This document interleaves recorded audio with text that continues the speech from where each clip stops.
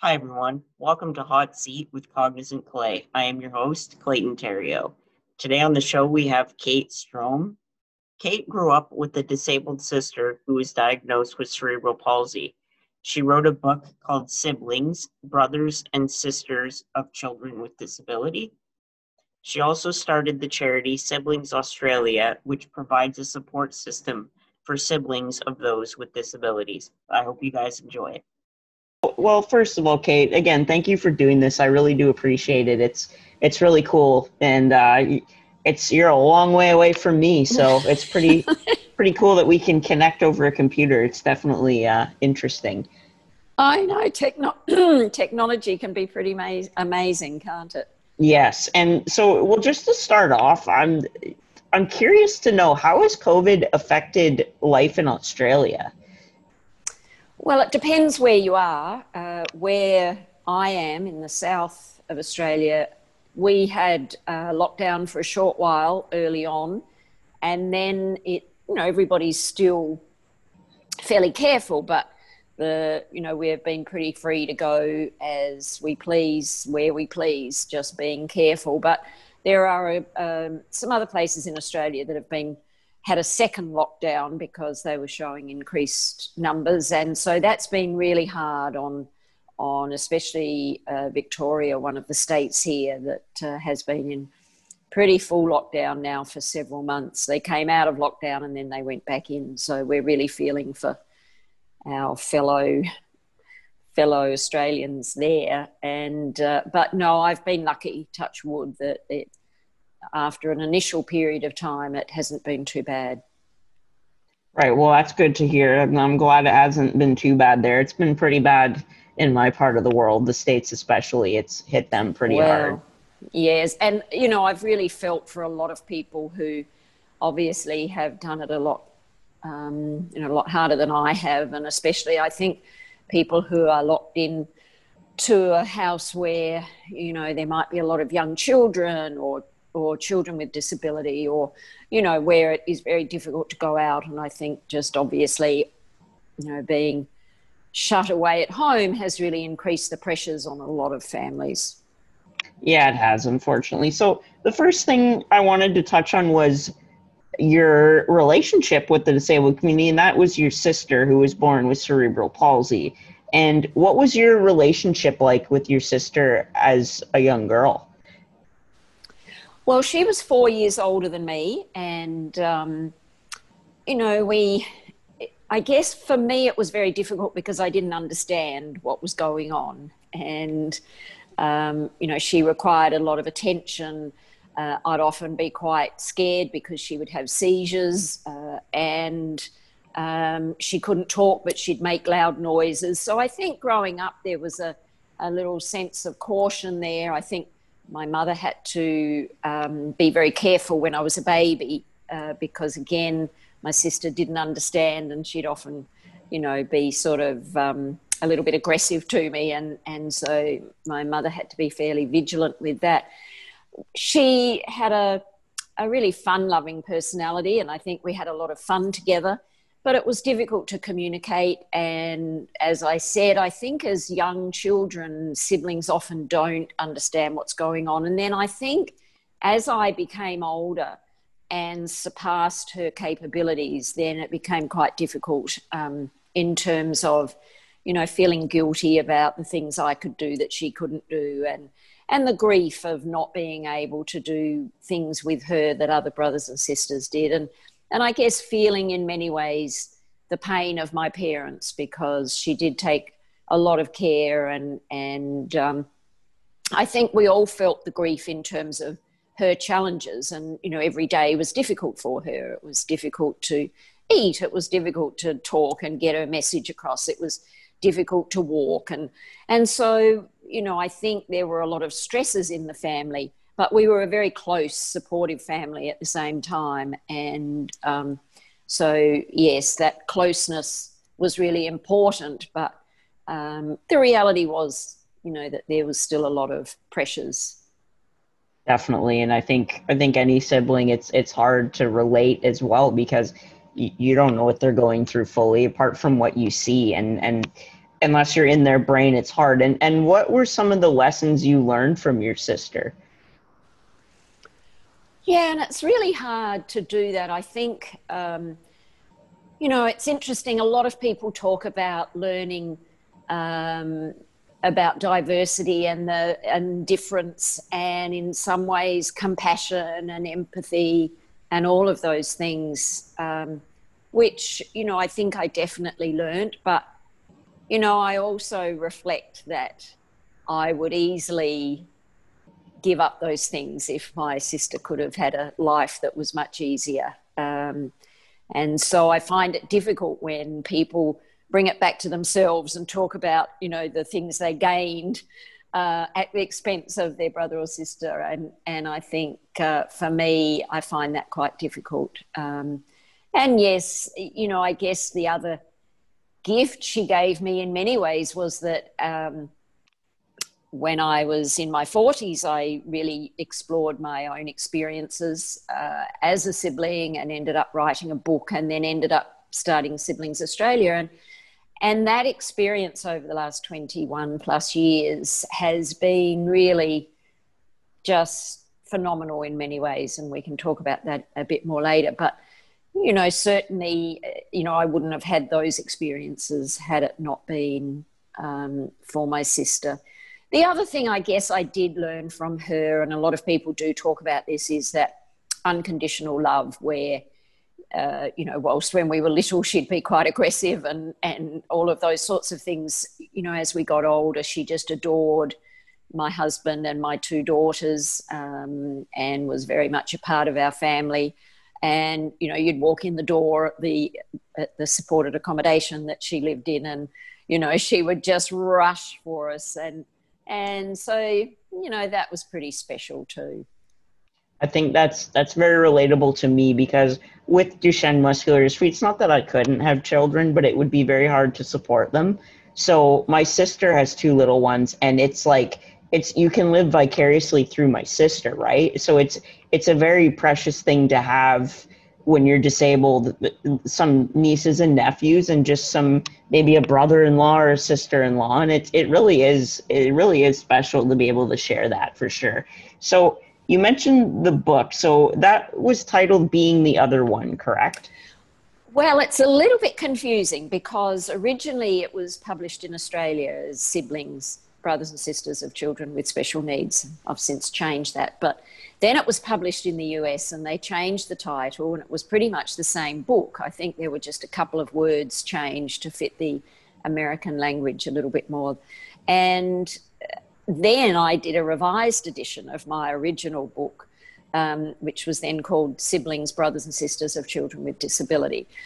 It was also published in the UK under another name. And so they're all, the revised edition, even though it feels like it's the same book, I did make a lot of changes to it. And that really, and so it is a little bit confusing in many ways, because I love the book Being the Other One. I love the picture on the cover, but it's really the older version. And so I try and get people to find the one that, I've actually got one here that has the revised edition on the corner, and it looks very different to Being the Other One. But yeah, they're all like children. I guess I'm proud of all of them. Yeah, for sure. It's definitely cool. And do you remember when it kind of clicked in your mind that you wanted to write the book? Well, I do actually. I write in the book about how, you know, I had struggled a lot for many years with anxiety, and finally found somebody who could help me process that and understand the grief and the various feelings that I had. And I started to read a little bit about being a sibling, and it was really quite amazing to sort of realize that I wasn't the only one, that other people had similar feelings. And I remember my children went to a school where there was a unit that supported children with disability, and I saw a set of twins, one who had disability and one who didn't. And I had this overriding sense of wanting to, you know, yell out to these people that were looking after both these children, you know, look out for this one, you know, make sure you remember the sibling. And of course it wasn't appropriate, but I remember that night I woke up in the middle of the night, and my husband woke up as well, and I said, I've got to write a book about this. I've got to let people know what this is all about. And so that was really the seed that started it. And as I write in my book, he wasn't so enthusiastic at 3 o'clock in the morning, but he then went on to support me with the process of writing the book. And that, I thought it was a very scary thing to do. And I thought I would never be able to write it in many ways. But I'm so glad I did, and it has put me in contact with so many people around the world, and has been such an amazing experience to connect with people around those issues. Definitely. I'm definitely going to get a copy of it, because I was reading just the excerpt on Google about it, and it just seems it's definitely very interesting, for sure, to read that kind of perspective. And what did you hope to achieve from writing that book? Well, I think I wrote it for 3 different audiences: one for adult siblings, one for parents, and also for providers. And I guess what I wanted to achieve was to give siblings a voice, give siblings that idea that they weren't the only ones, which I think is such an important message for siblings to have. And I wanted to help parents understand, and also providers, so that people would be more aware that even though this child looks and behaves like everything's fine, that it, all may not be as it seems, that there might be some inner worries that child has. And I think to remind people that often it is children who are dealing with these stresses, that, as adults, we understand why that child behaves the way they do, or why they get the extra attention, or, all of those sorts of things. But as children, we have the cognitive and emotional capacity of children. And I think we need to help people understand that. And I think it's about, it's interesting.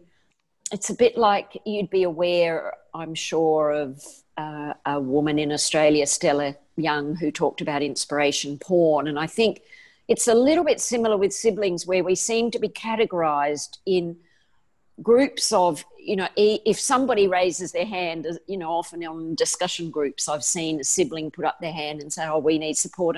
And often the term pity party comes up. And on the other extreme, there's people who say, oh, you're such a wonderful brother or sister, and, I couldn't do what you do. And it's that sort of, you're either a saint or a, sinner, and it's sort of that sense of, I think siblings don't want pity. We just want people to understand that it can be difficult, and we just need a little bit of support. And for me, that support for siblings has a much bigger outcome, I think. For me, it's very much around supporting a sibling so that they can reach their potential. They can have greater capacity to build a good life for themselves. But if we do that, then that sibling is going to be much more able to contribute to developing a good life for the person with disability. That relationship is key. And if we support siblings, they're much more likely to stay involved and add to the social inclusion, the well-being, the all connectedness, all of those things for people with disability. Definitely. And I think those supports are still lacking in a lot of ways, whether it be the sibling or the disabled, the person with the diagnosis. And it's that's why I'm doing what I'm doing, is to just show the disabled, well, I guess really show the non-disabled community that we're very valuable to society as well. And maybe even more so than a lot of people, because of the perspective we give and just some of the amazing things we do. The one thing I always mention is the Paralympics. Those Paralympians are amazing people, and it's almost like they aren't disabled when they're competing. And it really blows my mind. And it's definitely very interesting. I got to read your book. It seems very cool, for sure. So I'm going to take a break from the questions for a minute. I do a segment with my guests called Rapid Fire, where I just ask random questions. See, that's not the first time I've gotten that reaction. They're not, don't worry about being too quick. It's okay. Well, first question, who is your favorite person from Australia?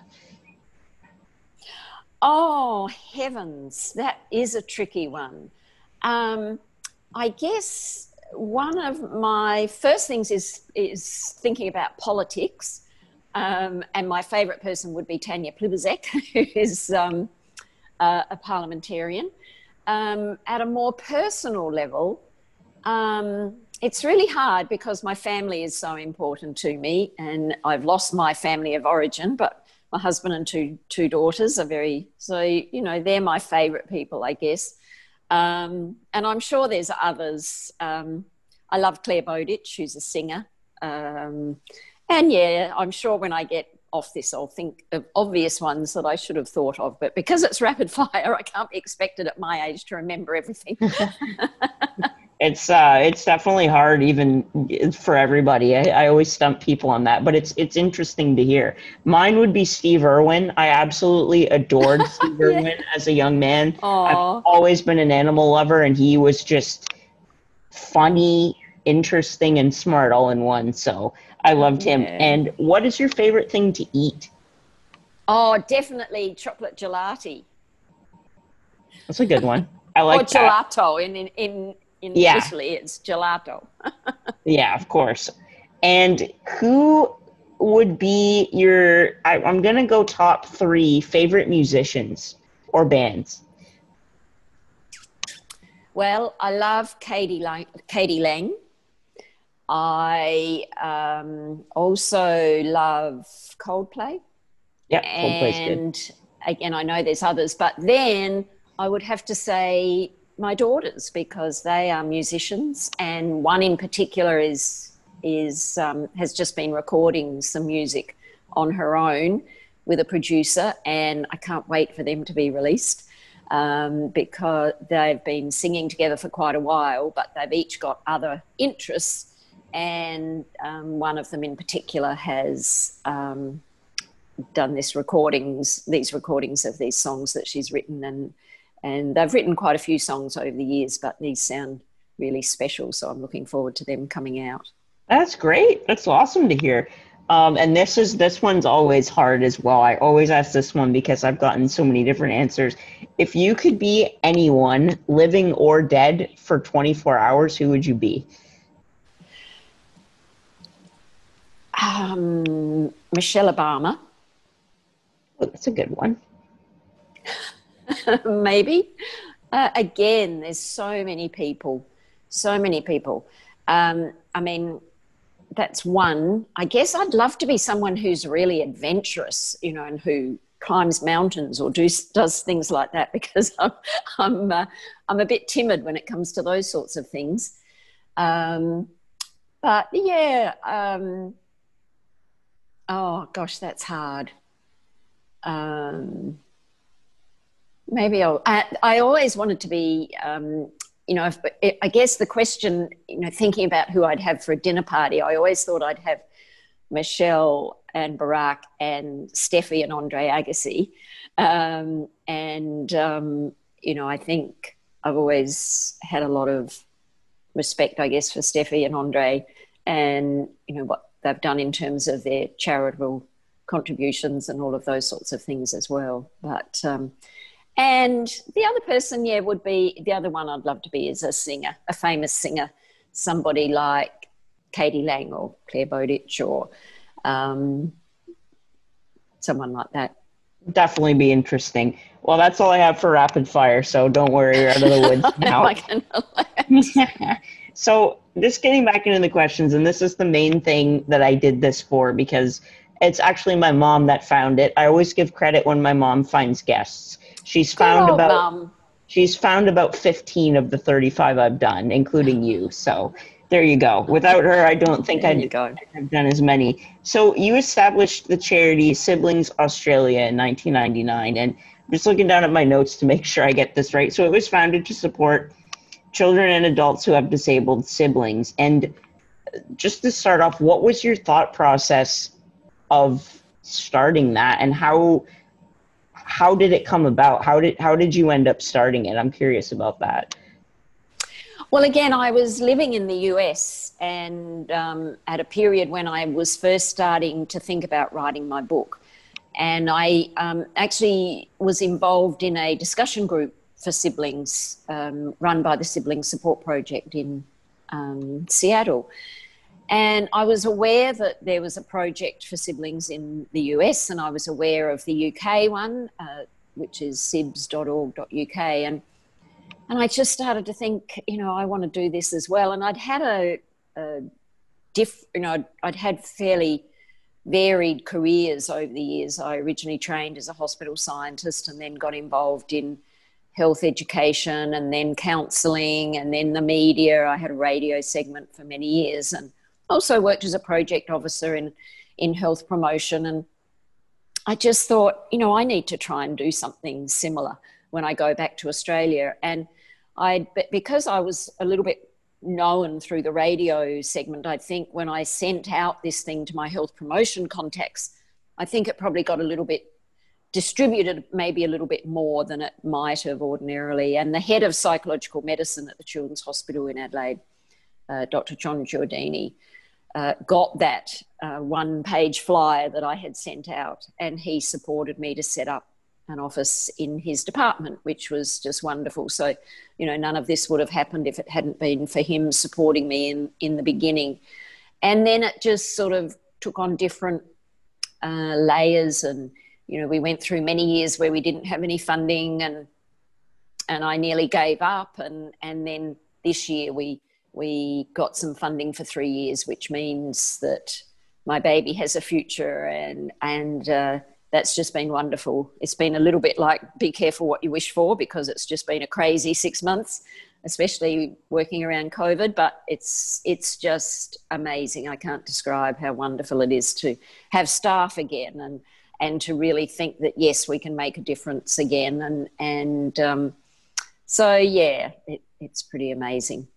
It's definitely cool. And who were some of the main role players and figureheads when you first started it that you can remember that worked with you? Well, I think, again, the department that I was in, John was very supportive, and my main targets were the disability community, the health community, and education, because those settings are where siblings might be noticed within the disability community as siblings of children, adults with disability, in the health sector, because they often showed physical symptoms of their stresses, or they developed their own mental health issues, but also education, because schools, we've got to be very careful that we don't expect schools to be all things to all people. But the reality is that, in working with schools, it helped them understand siblings a little more, and it actually made their job easier.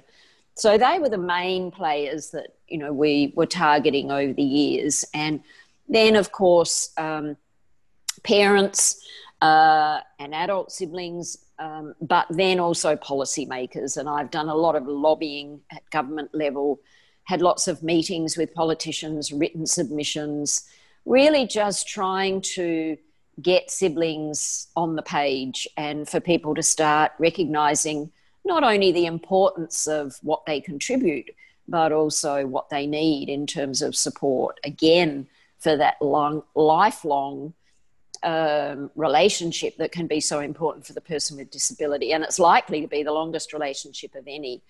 And I think one of the other things I've been trying to do is have siblings recognised separately to the young carer label. I'm not a fan of the young carer label for a few reasons, which I can go into if you're interested. But, I think we need to be focusing more on families rather than any carer role that people may or may not be playing.